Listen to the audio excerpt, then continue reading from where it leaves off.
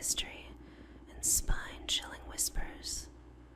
Since the 1970s, stories of this eerie figure have crept through the town, haunting those who hear them. They say he moves like a ghost, a filthy, gaunt figure with wild eyes that gleam with something both human and unearthly. His hands, calloused and dirt-streaked, reach out to catch his prey, rats, which he devours with chilling primal hunger, blood staining his fingers and lips. But it's not only his taste for rats that stirs terror. The legend claims he lives among wild cats, moving silently alongside them as though he were one of their own. The cats accept him, even protect him, slinking through the shadows as his ghostly guardians. Locals swear that on quiet nights, you can see him crouched low, his face barely visible in the dim light, with wild cats prowling around him in a tight, watchful circle. Rumors say that if you lock eyes with the Catman, you'll feel an unnatural chill, as if he's peering into your soul. Some claim he was once a normal man, driven mad and feral by a life of solitude, or perhaps a restless spirit bound to Greenock streets. Many who have dared to approach him in those dark alleyways have quickly turned back, too shaken by his hollow gaze, feeling the weight of something ancient and unbroken. To this day, people pass the alleys of Greenock with hushed steps, casting wary glances into the darkness, knowing the Catman might be watching, his eyes glinting in the night, waiting, forever lingering in the shadows, more ghost than man, bound to the darkness alongside his feline companions.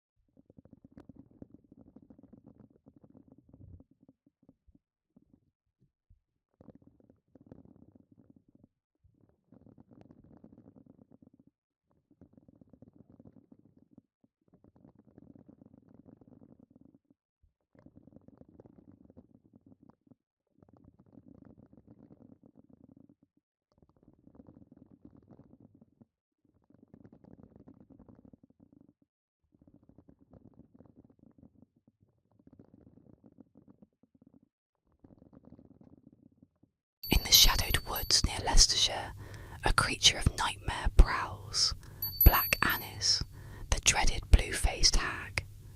Cloaked in darkness, her gnarled face is stained a haunting shade of blue, her iron claws gleaming with a terrifying sharpness, honed from years of hunting in the dead of night. Children and townsfolk alike know the tales of her hunger, a twisted craving for human flesh that sends shivers through the village.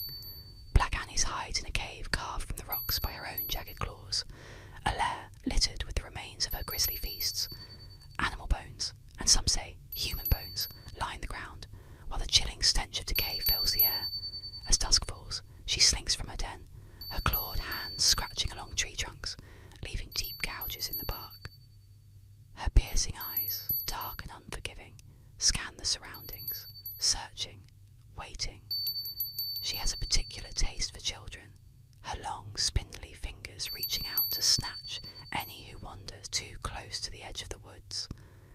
Many parents tell their children tales of Black Annis, warning them not to stray after dark, lest they become her next victim. They say she hides beneath beds or crouches outside windows, her twisted grin visible just beyond the glass, savouring the fear of those trapped inside. Sometimes, villagers claim to hear her unearthly wails in the wind, a bone-chilling howl that pierces the night. They say it's her call,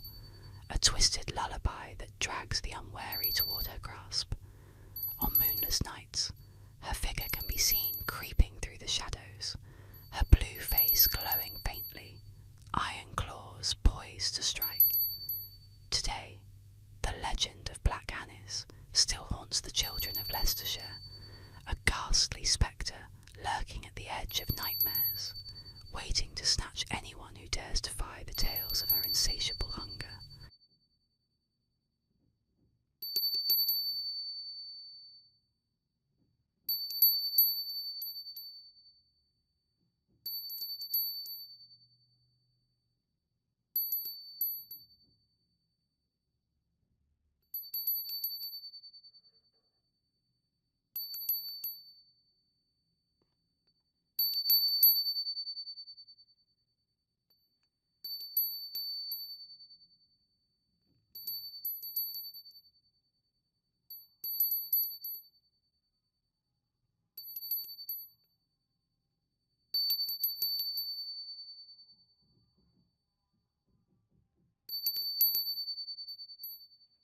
The tale of Anastasia Romanov's survival is whispered in the dark corners of history. A chilling story of a young duchess who slipped through the fingers of death the night her family was brutally executed in 1918. They say that as gunfire echoed through the cold, damp basement amidst the smoke and screams, Anastasia disappeared. She vanished into the shadows, leaving behind only confusion and a mystery that would haunt the world for decades. Sightings of a girl, fragile, with piercing blue eyes that seemed to carry the weight of unimaginable horrors, began to surface. She moved like a ghost across Europe, seen in train stations and dark alleys, always fleeing, always hiding. Her whispers told of betrayal, of tunnels under the palace, of guards who pitied her just long enough for her to escape. The people who found her swore that she spoke of things only a Romanov could know. Her voice haunted, her eyes empty as if staring into a past too dark to remember. But there was something wrong about those who claimed to be Anastasia. A darkness clung to them, a hint of madness behind their eyes, as though they had brought back something sinister from that night of blood and bullets. People wanted to believe, even as unease grew. Was it really her, or something pretending, something that had slipped through the cracks that night? The truth came out in 2007. Anastasia had never escaped. Her remains had lain hidden, separate from her family, but very much among the dead. Yet the legend persists, a ghostly reminder of a girl who for many will always be running, forever lost, forever trying to escape the horrors that claimed her family.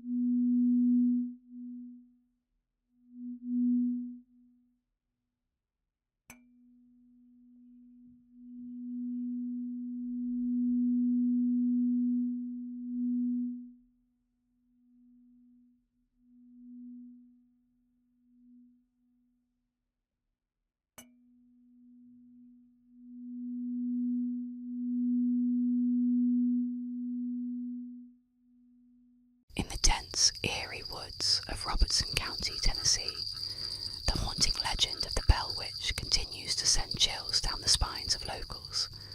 The story began in 1817, when farmer John Bell Sr. and his family became targets of an unseen, malevolent force that seemed born of pure malice.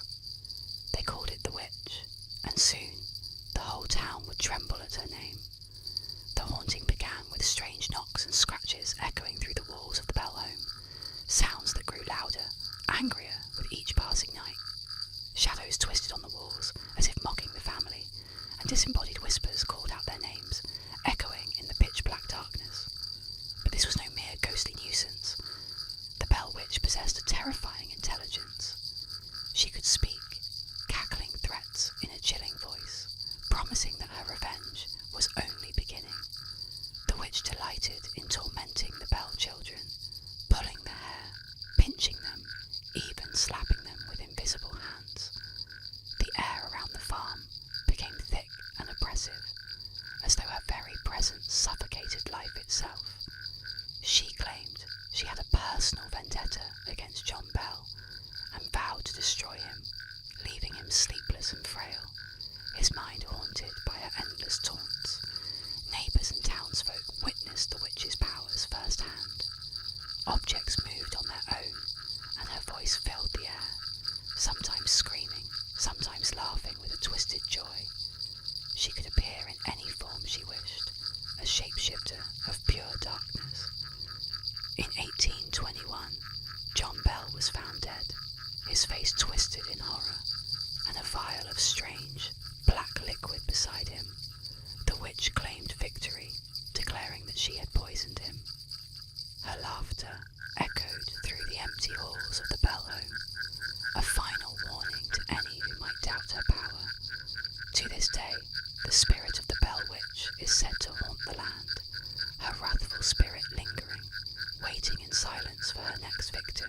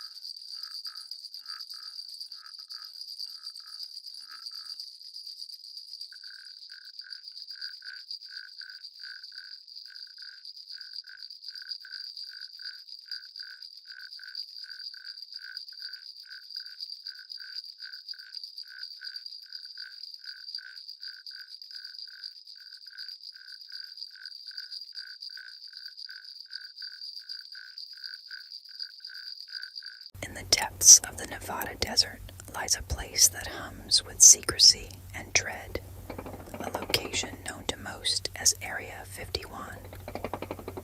Officially, it is just a section of the Nevada Test and Training Range, but the whispers tell a different story. Beneath the scorching sun by day and the bone-chilling cold by night, something far more sinister is said to lurk behind the barbed wire, guarded by armed soldiers and watchful eyes.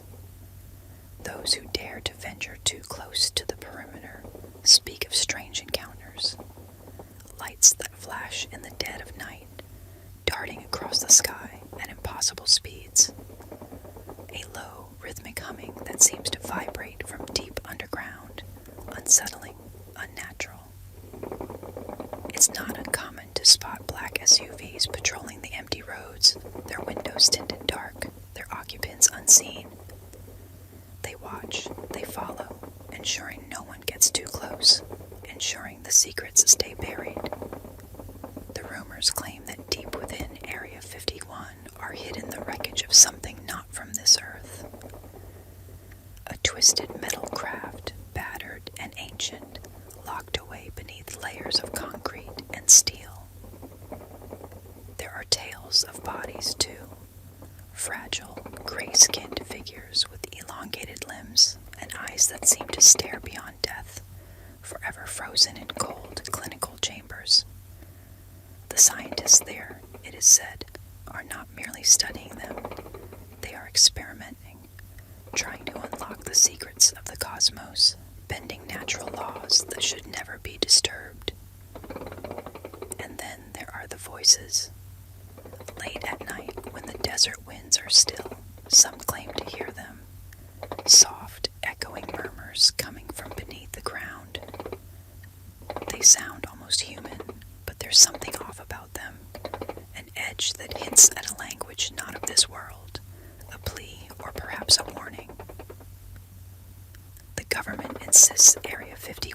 is nothing but a military installation, a test ground for advanced aircraft. But those who have seen the strange lights, who have felt the ground vibrate beneath their feet, know otherwise. They say that Area 51 is not just a base, it's a threshold, a point where our world meets something else, something beyond comprehension. And those who get too close may find themselves staring into the sky, realizing too late that the watchers are staring back, their intentions unknown, their patience running thin.